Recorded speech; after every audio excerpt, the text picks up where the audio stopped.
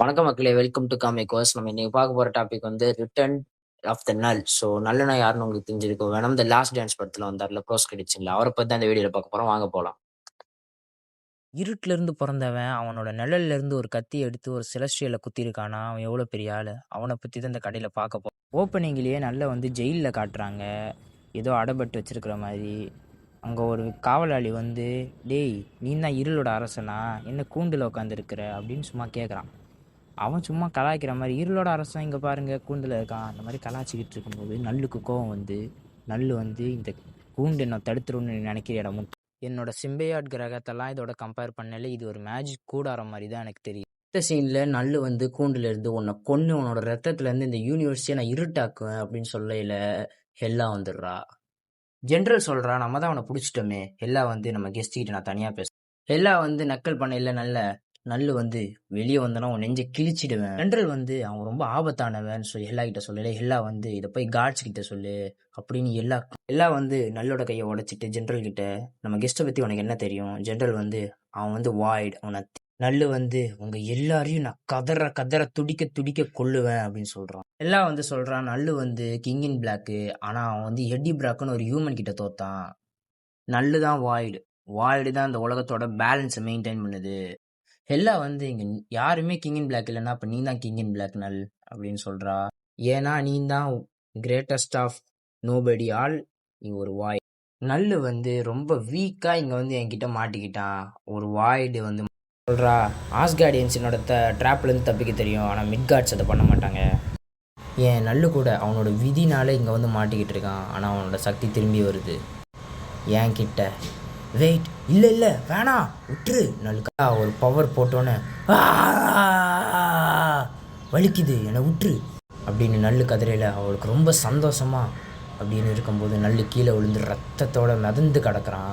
அப்போ தான் எல்லாம் இவனுக்கு எனர்ஜி இப்போ முன்னாடி விட கம்மியாக தான் இருக்குது, உன்னோட உருவத்துக்கும் எதுக்கும் சம்மந்தமே இல்லை, நீ ஒரு நத்திங் அப்படின்னு சொல்லல. குஞ்சா இங்கேருந்து தப்பிச்சுக்கோ அப்படின்னு சொல்லல. நல்லு ஒரு மாதிரி குனிஞ்சிருக்கு. எல்லாம் ஜென்ரல் கிட்ட அவன் மறுபடியும் நத்திங்காக மாறிட்டான்.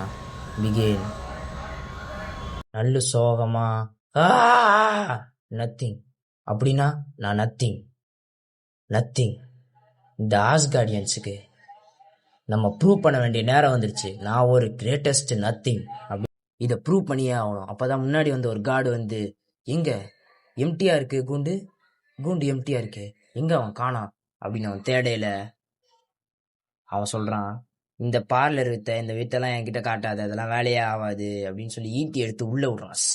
ஒரு சத்தம் பார்த்தா யாருமே இல்லை, கூண்டு எம்டியா தான் இருக்கு அப்படின்னு அவன் புரிஞ்சுக்கிட்டு, நான் தான் எம்டினஸ், நான் இந்த கூண்டுல எம்டி, ஏன் இந்த ரூம்ல கூட நான் இருப்பேன் அப்படின்னு அவன் சொல்லி அவன் திரும்பி பார்க்கல.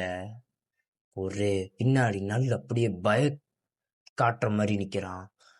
திடீர்னு தலைய புடுங்கி புடுங்கனோடனே ரத்தம் தெறிக்குது. அவன் அப்படியே கீழே போட்டு அவன் கிட்ட இருக்க அந்த பவரை உறிஞ்சிக்கிட்டு, இப்ப முன்னாடி விட கொஞ்சம் நான் பவர் ஆயிட்டேன் அப்படின்னு அவன் நினைக்கிறான்.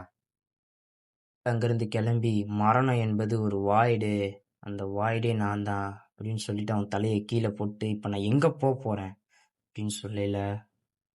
பின்னாடி அவன் தப்பிச்சிட்டான் புடிங்க புடிங்க அப்படின்னு சொல்லல. ஒரு சத்தம் முதுகெலும்பு நல்லோட கையில இருக்கு.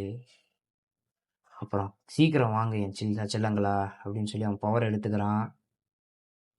நான் இன்னும் வேகமா போகணும் என்னோட குழந்தைகளே அப்படின்னு சொல்லிட்டு, ஆனா இந்த உலகம் ரொம்ப முழுமையா இருக்கு,